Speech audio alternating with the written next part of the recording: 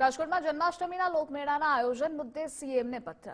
Gujarat amusement association દ્વારા મુખ્યમંત્રીને પત્ર લખાયો. જન્માષ્ટમીનો લોકમેળો યોજાય તે માટે આયોજન કરવા માંગ છે. હંગામી લોકમેળાની લાયસન્સ પ્રક્રિયા અને ડોક્યુમેન્ટમાં ફેરફારની માંગ. તો હંગામી મેળામાં અત્યાર સુધીના ઇતિહાસમાં કોઈ દુર્ઘટના નહીં. મેળામાં સુરક્ષાનો પૂરતો ખ્યાલ પણ રખાય. હંગામી મેળામાં રાઇડ માટે અલગ અલગ 7 ડોક્યુમેન્ટ મંગાય છે. રાઇડ માટેના ડોક્યુમેન્ટ એકત્ર કરવા એ ખૂબ જ ખર્ચાળ. રાઇડ ચલાવવા લોકો સામાન્ય પરિવારમાંથી આવતા હોય છે.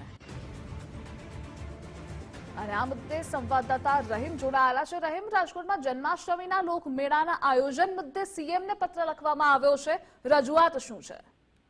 ધ્રુવિશા, ચોક્કસપણે ટીઆરપી ગેમ ઝોન અગ્નિકાંડ જે સર્જાયો ત્યારબાદ લોકમેળો જે આવ્યો હતો તેમાં કડક નિયમોનું જે પાલન કરવાનું હતું તેને લઈને ગયા વર્ષે પણ લોકમેળાના આયોજનમાં વિઘ્ન આવ્યું હતું. જોકે અનેક જે કડક નિયમો છે તેમાં નિયમોમાં ફેરફાર કરવાની માંગ છે આ પત્રમાં લખવામાં આવ્યો છે.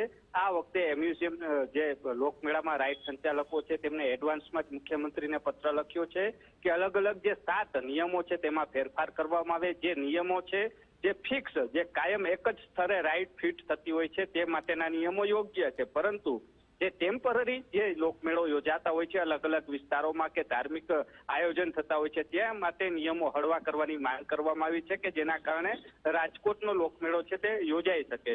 અને સાથે જ જે રાઇડ ચાલકો છે તેના અભ્યાસની પણ વાત કરવામાં આવી છે અને તેમાં ઉલ્લેખ કરવામાં આવ્યો છે કે લોકમેળાની અંદર જે રાઇડ સંચાલકો હોય છે તે મોટા ભાગે મધ્યમ વર્ગ અને ગરીબ પરિવારના લોકો જે આ રાઇડ છે તે ચલાવે તેઓની પાસે બહોળો અનુભવ પણ હોય છે, પરંતુ જે નિયમોમાં છે તેમાં કોઈ સંજોગે તેનો સમાવેશ થઈ શકે તેમ નથી ને તેના જ કારણે મુખ્યમંત્રીને અગાઉથી જ આ પત્ર લખવામાં આવ્યો છે અને નિયમો હળવા કરવાની માંગ છે તે કરવામાં આવી છે.